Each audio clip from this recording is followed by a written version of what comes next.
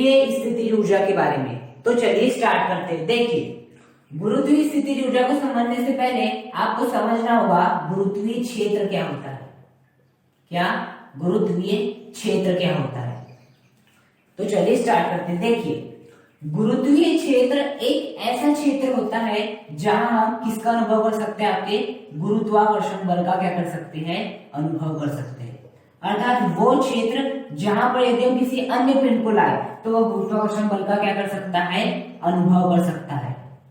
यदि हम बात करें, यह आपका कोई M1 द्रव्यमान का एक पिंड है, यह आपका M1 द्रव्यमान का एक पिंड है। ओके, अब यह M1 द्रव्यमान का पिंड अपने चारों क्या उत्पन्न करेगा? गुरुत्वीय क्षेत्र उत्पन्न करेगा। क्या उत्पन्न करेगा? गुरुत्वीय क्षेत्र या तो उत्पन्न करेगा या पहले से ही इस M1 द्रव्यमान वाले पिंड के चारों गुरुत्वीय क्षेत्र उपलब्ध होगा। अब यदि इस गुरुत्वीय क्षेत्र में कोई आपका अन्य पिंड आता है, माना हुआ पिंड आपका M2 द्रव्यमान का पिंड है, तो यह वाला पिंड इस वाले पिंड पे क्या आरोपित करेगा? गुरुत्वाकर्षण बल आरोपित करेगा। क्यों? क्योंकि ये जो M2 द्रव्यमान का पिंड है वो क्या है? आपके गुरुत्वीय क्षेत्र में उपस्थित है। किंतु यही यदि M2 द्रव्यमान का पिंड इस गुरुत्वीय क्षेत्र के बाहर हो तो इस M2 द्रव्यमान वाले पिंड पर कोई भी गुरुत्वाकर्षण बल आरोपित नहीं होगा। क्यों?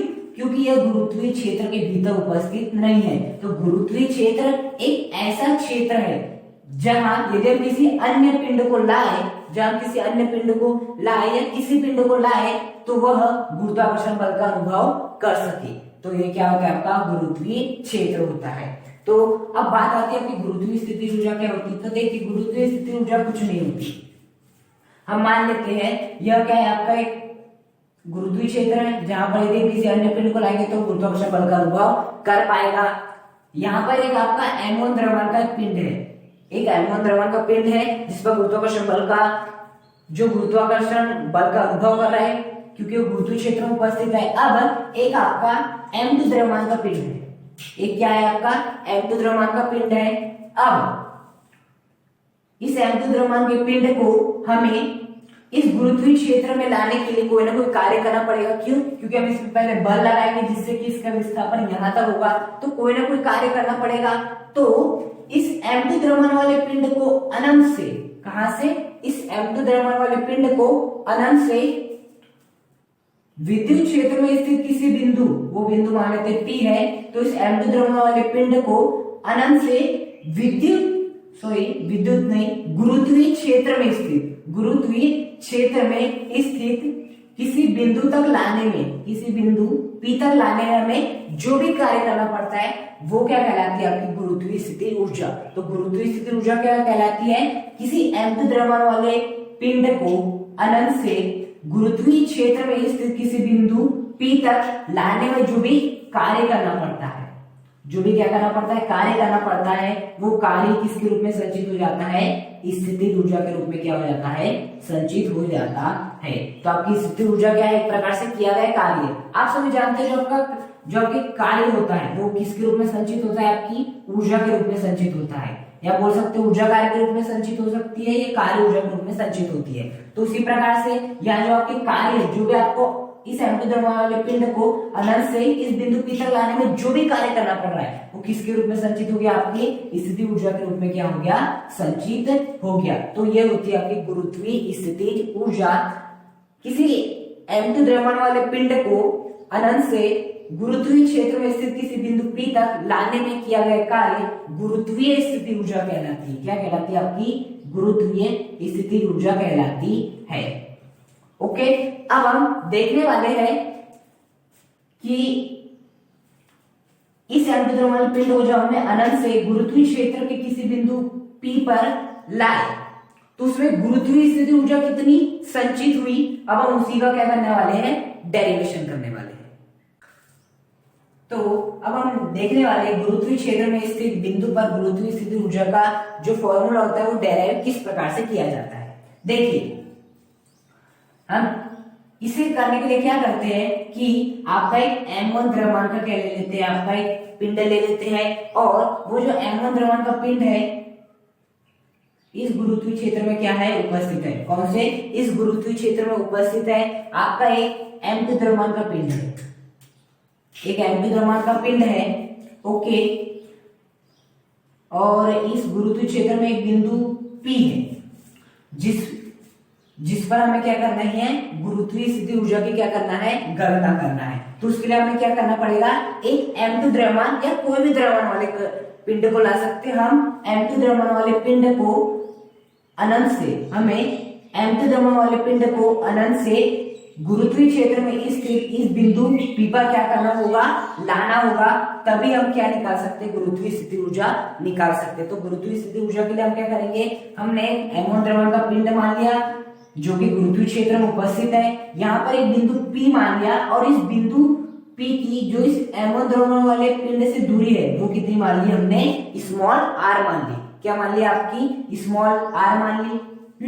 अब इस बिंदु P पर यदि हमें गुरुत्वीय स्थिति ऊर्जा का मान ज्ञात करना है तो उसके लिए हमें एक पिंड चाहिए होगा जिसे हम अनंत से इस बिंदु P तक लाएंगे। तो जो भी कार्य करना पड़ेगा वही क्या निकल जाएगा, आपका गुरुत्वीय स्थिति ऊर्जा निकल जाएगी। इसके लिए हमने क्या माने कि एक m2 द्रव्यमान का पिंड लिए जिसे हम अनंत से इस बिंदु P तक लाएंगे, और लाने में जो भी कार्य करना पड़ेगा वही कार्य किसके रूप में वो संचित हो जाएगा, आपका गुरुत्वीय स्थिति ऊर्जा के रूप में क्या हो जाएगा, संचित हो जाएगा।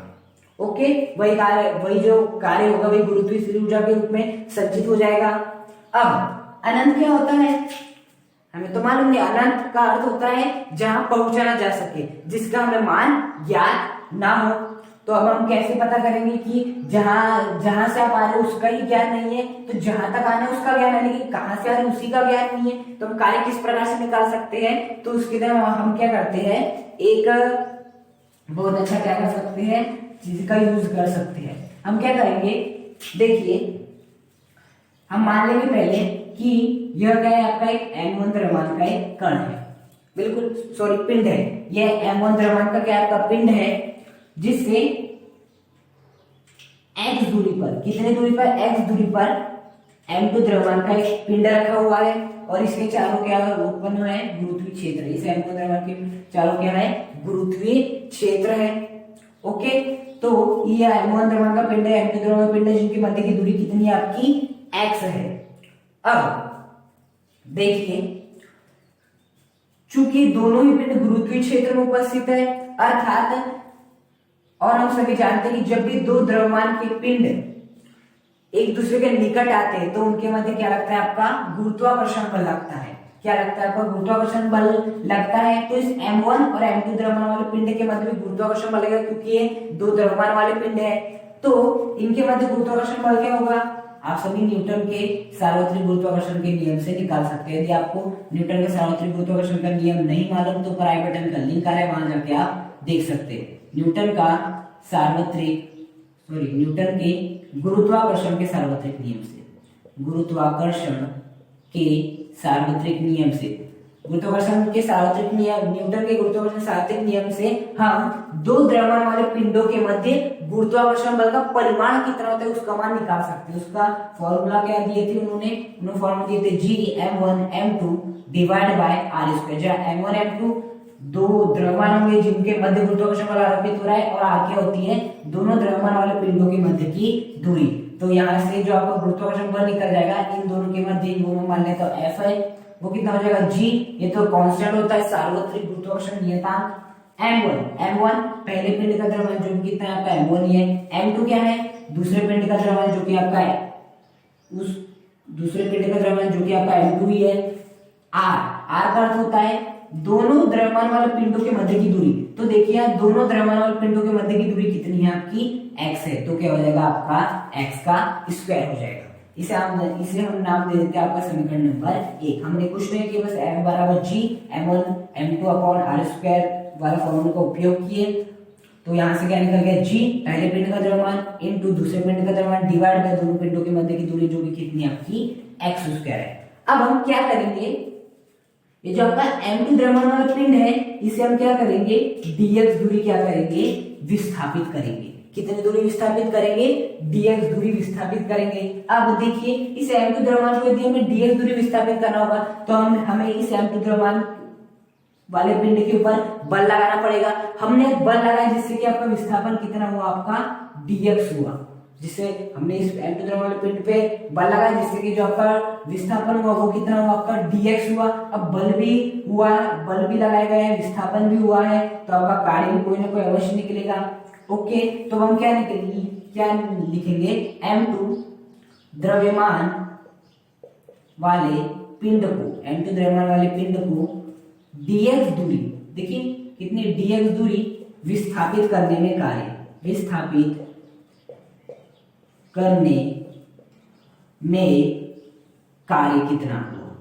इस m2 द्रव्यमान वाले पिंड को हमने जब dx दूरी, इतनी सी दूरी जब विस्थापित किए तो कार्य कितना हुआ। देखिए जो हमने विस्थापन की वो भी क्या किए, बहुत छोटा सा किए, dx। d का अर्थ क्या होता है, छोटी वैल्यू, तो हमने विस्थापन भी कितना किए, dx किया, अर्थात छोटा विस्थापन किए, तो जो आपका कार्य निकलेगा वो भी क्या निकलेगा, आपका छोटा निकलेगा। w का मतलब होता है कार्य और d का मतलब होता है सूक्ष्म, तो आपका ये हो जाएगा सूक्ष्म कार्य, क्योंकि आपका सूक्ष्म विस्थापन हुआ है। क्या हो जाएगा, बल गुणा विस्थापन, अर्थात बल मान लिया आपका F है और जो विस्थापन है वो कितना आपका dx है। देखिए विस्थापन कितना है dx और बल कितना मान लिया, F मान लिया। अब समीकरण नंबर 1 से हम इस वैल्यू F को यहाँ पुट कर सकते हैं, तो dw बराबर क्या आ जाएगा आपका, dw आ जाएगा g m1 m2 divide by x square dx।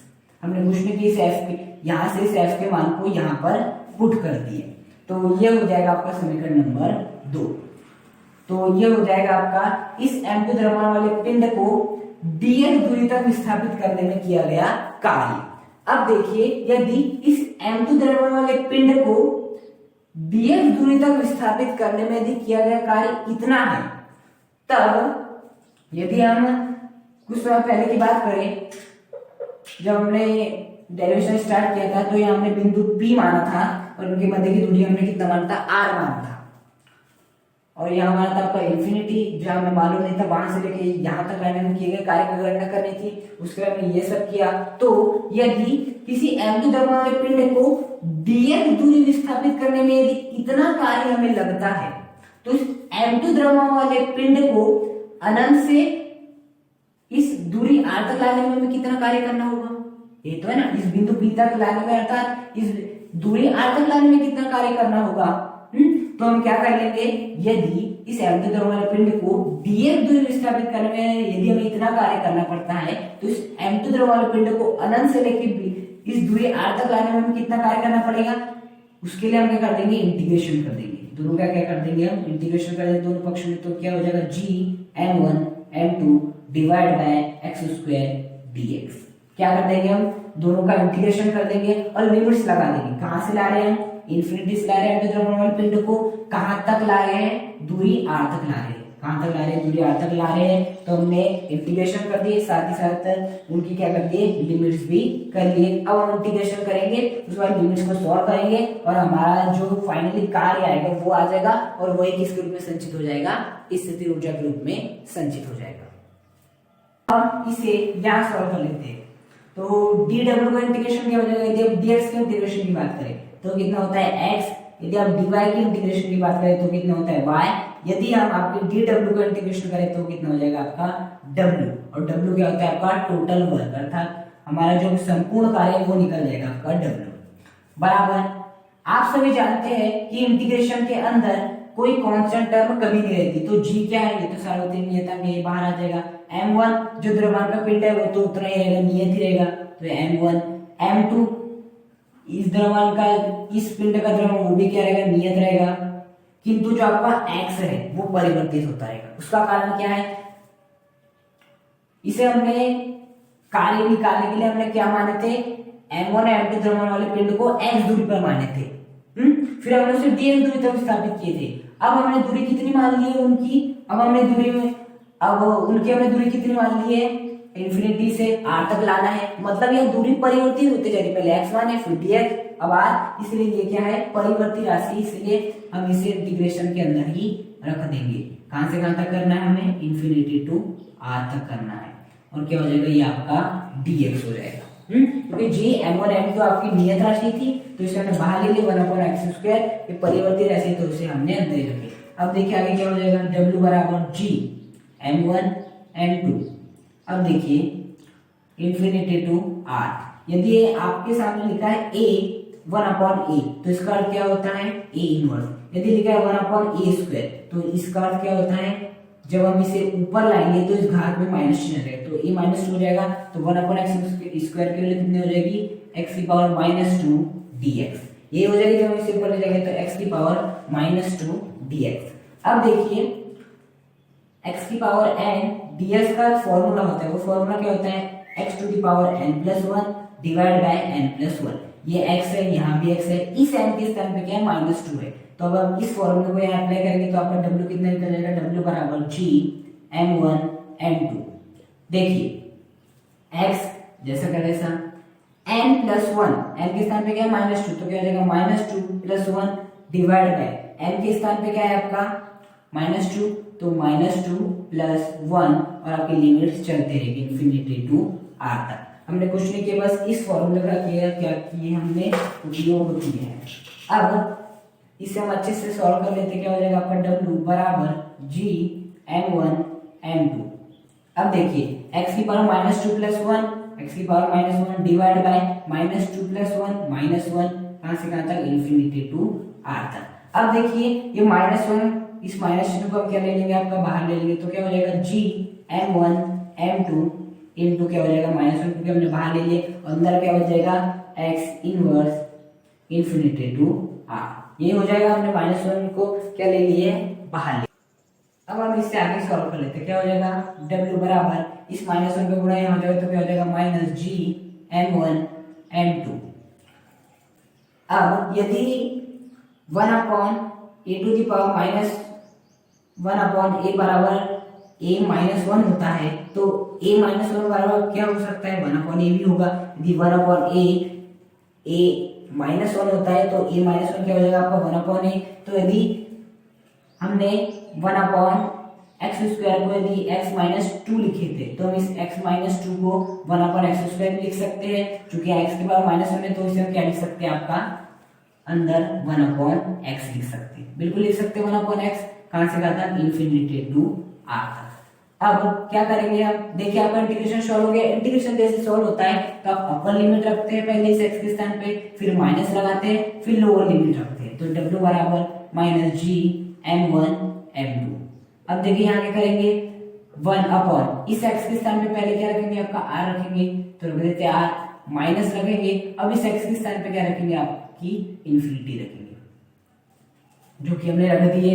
अब आप सभी जानते हैं 1/∞ की वैल्यू कितनी होती है, आपकी 0 होती है, तो इस 1/∞ के स्थान पे क्या रख देंगे, हम 0 रख देंगे, तो हो जाएगा -g m1 m2 divide by 1/r minus 1/∞ की वैल्यू कितनी होती है, आपकी 0 होती है, तो कितनी हो जाएगी 0, तो 1/r माइनस 0। किसी भी राशि को यदि आप 0 में से घटाते हैं तो आपको वही राशि प्राप्त होती है, तो यहाँ से क्या प्राप्त हो जाएगी आपको -g m1 m2 into 1/r। इसे हम क्या लिख सकते हैं, जैसे w बराबर -g m1 m2 divide by r।